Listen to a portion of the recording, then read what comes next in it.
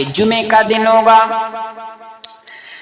جمعے کا دن ہے میرے بھائیو. اللہ تبارک و تعالی فرماتا ہے اگر تم نماز پڑھ چکے ہو, سنتیں پڑھ لی, دعائیں کر لی ہیں ساری کی ساری, ہاں تم نے خطبہ بھی سن لیا ہے, نماز بھی پڑھ لیے ہو, اب تمہیں مسجد کے اندر نہیں رکنا ہے.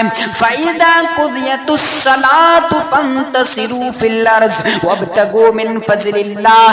کیا کرو جب تم نماز پڑھ لو, فَانتَشِرُوا فِي الْأَرْضِ, زمین کے اندر پھیل جاؤ, وَابْتَغُوا مِنْ فَضْلِ اللَّهِ, اور اللہ تبارک و تعالی کی روزی تلاش کرو. يضلله فلا هادي له وأشهد أن لا إله إلا الله وحده لا شريك له وأشهد أن محمدا عبده ورسوله. أما بعد فإن خير الحديث كتاب الله وخير الهدي هدي محمد صلى الله عليه وسلم وشر الأمور محدثاتها وكل محدثة بدعة وكل بدعة ضلالة وكل ضلالة في النار. اعوذ باللہ من الشیطان الرجیم. بسم اللہ الرحمن الرحیم. وما خلقت الجن والانس الا لیعبدون.